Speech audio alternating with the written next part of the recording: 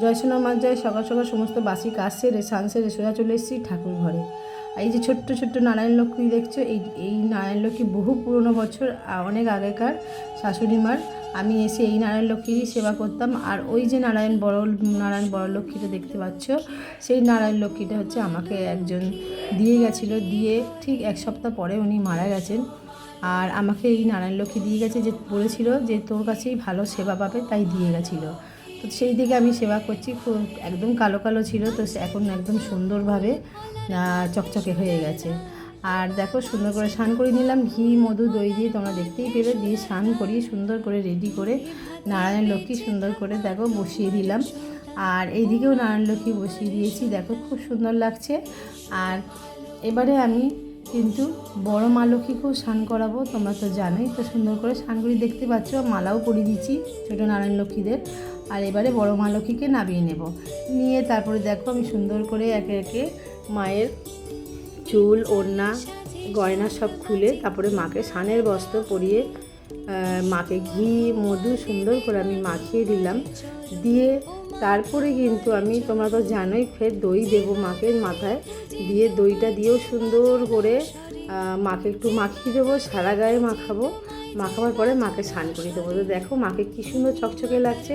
এই জন্যই তোমাদেরকে বলি যে অবশ্য ঘি মধুর সাথে দইটা তোমরা ব্যবহার করবে, তাহলে কোনো দিনও তোমাদেরকে পিতাম্বরী স্কচব্রাইট লেবু এসব দিয়ে ঘষতে লাগবে না। যেমন আমাদের গায়েও লাগে ঘষলে, তো ঠিক ঠাকুরের গায়েও সেরমই লাগে। তো সব সময় তোমাদেরকে বলছি ঠাকুরকে ভালোবাসতে হয়। তো দেখতেই পাচ্ছ মাকে সুন্দর করে একটা শাড়ি পরিয়ে দিলাম। আর এই শাড়িটা তোমরা তো দেখেইছো আমি বানিয়ে পরাই। তো দেখো সুন্দর করে টিপ পরিয়ে সিঁদুর পরিয়ে মাকে মায়ের জায়গায় বসিয়ে দিলাম। দিয়ে সুন্দর করে একটা গাঁদার মালা পরিয়ে দিয়েছি। আজকের ফুল বৌদি ফুলগুলো খুব ভালো দিয়েছে। যখন ভালো দেয় আমি অবশ্যই বলি ভালো দিয়েছে, আর যখন ভালো দেয় না অবশ্যই আমি বলি ভালো দেয়নি। তো বজরংবলীকেও স্নান করে সুন্দর করে বসিয়েছি। প্রত্যেকটা ঠাকুরকে দেখো সুন্দর করে আমি বসিয়ে দিলাম। দিয়ে সুন্দর করে সব ঠাকুরকে মালা পরিয়ে দিয়েছি। আর বজরংবলী তোমরা তো জানো লাল ফুল ভালোই বাসে। তো সুন্দর করে বজরংবলীকেও একটা জবার মালা পরিয়ে দিলাম ছোট্ট করে। ভোলে বাবাকেও রেডি করে নিয়েছি, ভোলে বাবাকেও সুন্দর করে আমি সাজিয়ে দিলাম। এইবারে আমি আলপনা আঁকতে শুরু করে দিলাম। তো তোমরা তো জানো প্রতি বৃহস্পতিবারে কিন্তু আমি আলপনা এঁকে তারপরে কিন্তু ঠাকুরের পুজো দিই। তো দেখো সুন্দর করে আলপনা এঁকে নিচ্ছি। খুব ভালো পারি না, তো তোমাদের মধ্যে অনেক বন্ধুরা হয়তো অনেক ভালো পারো, অনেক ভক্তরাও অনেক ভালো পারো। তো যাই হোক আমি সেরমভাবে পারি না। তো সুন্দর করে দেখো গুরুদেবকেও একটা মালা পরিয়ে দিলাম, বাবা লোকনাথকেও মালা পরিয়ে দিয়েছি। আর ঠাকুর ঘর এইভাবেই সাজিয়ে সুন্দর করে পরিষ্কার করে আমরা পুজো করি। তো দেখো এবারে আমি ঘরটা রেডি করে নেবো। তো ঘটে সুন্দর করে শুভ চিহ্ন এঁকে নিলাম। দিয়ে তারপরে দেখতে পাচ্ছ সুন্দর করে এঁকে দিয়েছি। দিয়ে আমি একদম ঘট ভর্তি জল নিয়ে নেব। তো দেখতেই পেলে জল ঢেলে দিয়েছি। জল কিন্তু এটা গঙ্গা জল আছে। আর সুপারি দিলাম জলের মধ্যে, এটা 1 টাকার কয়েন দিয়েছি। আর 7 পাতার হচ্ছে আমপল্লব সুন্দর করে আমি সিঁদুরের ফোঁটা দিয়ে নিয়েছি। দিয়ে সুন্দর করে বসিয়ে দিলাম। এই আমপল্লব কিন্তু আমাদের গাছের ছাদে যাই, ছাদ থেকেই পেরে নিয়ে আসি। আর এইদিকে দেখো বেলপাতা দিলাম, দুব্বো দিলাম, সুন্দর করে একটা পান নিয়ে নিয়েছি। পানের মধ্যে 5টা ফোঁটা দিলাম। দিয়ে আমি ঘটের ওপরে দিয়ে দিলাম। এইবারে আমি একটা কলা নিলাম, তো 5টা ফোঁটা দিলাম। দিয়ে কলাটা আমি ঘটে বসিয়ে দিলাম। আর তোমাদেরকে বলি আমার বাড়িতেও তো নারায়ণ আছে, তাই জন্যই কলাটা দেওয়া হয় ঘটের মধ্যে। আর অনেকেই বলে নারায়ণ থাকলেই দিতে পারো, তো অবশ্য দিয়েছি। আর দুব্বো ধান দিয়ে আর ঘরটা সুন্দর করে বসিয়ে দিলাম।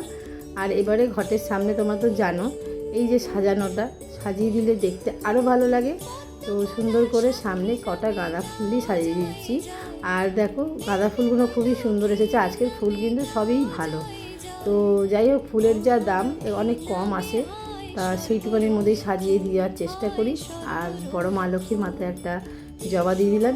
আরও একটা কথা ভক্তরা, আমি কিন্তু এখন ভিডিও করছি বলে যে আমি আলপনা আঁকি বা কিছু তা নয়, আমি বরাবরই সব সময় তো আমি এইভাবেই আলপনা এঁকে সুন্দর করে মা লক্ষ্মীর পুজো করি। তো খুব বেশি করে যে আলপনা আঁকি তা নয়, তো সুন্দর করে সিংহাসনে আঁকি, মা লক্ষ্মীর সামনে আঁকি। এদিকে গুরুদেব আছে, আমার গোপুসোনার আছে, ওই দিকটাও এঁকে দিই। তো সুন্দর করে এইভাবে পুজো দিই। তোমাদের কেমন লাগে অতি অবশ্যই আমাকে কমেন্টে জানাবে। আর দেখতেই পেলে আমি প্রদীপ দিয়ে সুন্দর করে মা লক্ষ্মীকে আরতি করে নিলাম, ধূপ দিয়েও আরতি করেছি। আর ওই প্রদীপটা আজকের দিনে মানে বৃহস্পতিবার দিনে শুধু মা লক্ষ্মীর নামেই জ্বালানো হয়। তো চলো এবার মন্দিরে যাওয়া যাক।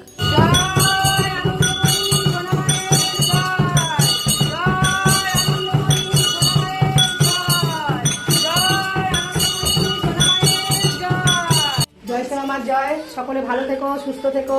সোনামা 4 হাত ভরে তোমাদের আশীর্বাদ করুক, তোমরা খুব ভালো থেকো। এই প্রথমবার সোনামায়ের মন্দিরে কেউ রূপোর সিঁদুরের কৌটো দিল, তো তোমাদেরকে অতি অবশ্যই আমি দেখাবো এখন। জয় সোনামার জয়। এই দেখো রূপোর সিঁদুরের কৌটো, তো মায়ের জন্য সিঁদুরও নিয়ে এসছে, এর মধ্যে কিন্তু খালি দেয়নি। এই দেখো দেখো সিঁদুর ভরে নিয়ে এসছে, অতি অবশ্যই সোনামাকে একটু সিঁদুর পরিয়ে দেবো আমি।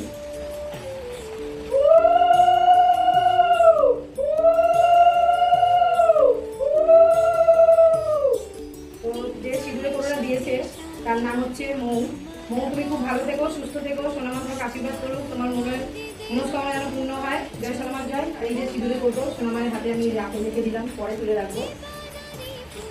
এই দেখো সিঁদুরের কৌটা খুব সুন্দর, রূপোর সিঁদুরের কৌটো। সোনামা আমার প্রথমবার রূপোর সিঁদুরের কৌটো পেলো, তো সত্যি আমি খুব আনন্দ হয়েছে। দেখো জিনিস যতই ছোট হোক যাই হোক, কেউ যদি একটা ফুলও দেয় না, আমি ভীষণ খুশি হয়। সোনামায়ের চরণে ফুল দিলে তাদেরই ভালো হবে, কিন্তু আমি খুব খুশি হয়েছি। জয় সোনামার জয়। সোনামাকে আজকে ভোগে দিয়েছি আপেল, কলা আর নকুলদানা আর 1 গ্লাস জল। সোনামাকে আমি এখন ভোগ নিবেদন করব। তো সকল ভক্তরা বলেছে যে খাইয়ে দিতে বলতে নেই, নিবেদন করব বলতে হয়। অবশ্য সোনামাকে এখন আমি নিবেদন করব ভোগ। জয় সোনামার জয়। মা মাগো পুত্রন কর্মা পুত্রন কর্মা তুমি সেবা করলে সকলে সেবা করবে। জয় মা মাগো পুত্রন কর্মা পুত্রন কর্মা তুমি সেবা করলে সকলে সেবা করবে। জয় মা মাগো পুত্রন কর্মা পুত্রন কর্মা তুমি সেবা করলে সকলে সেবা করবে। জয় মা মাগো পুত্রন কর্মা পুত্রন কর্মা তুমি সেবা করলে সকলে সেবা করবে। মাকে একটু জল খাইয়ে দেবো। জয় মা মাগো জলগ্রহণ কর্মা জলগ্রহণ কর্মা জয়।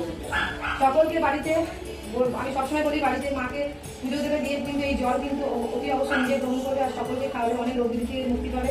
যাদের কাজকর্ম নেই, কাজকর্ম ভালো হবে। যারা উল্টোপাল্টা চিন্তা ভাবনা করো, সেই চিন্তা ভাবনাটাও তোমাদের মধ্যে আসবে না। বাজে বাজে চিন্তা ভাবনা হয়, আবার বাজে বাজে আমাদের স্বপ্ন দেখে, স্বপ্নটাও আসবে না।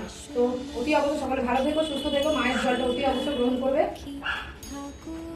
আমি কিন্তু প্রতিদিন খাই, তোমরাও প্রতিদিন খাও।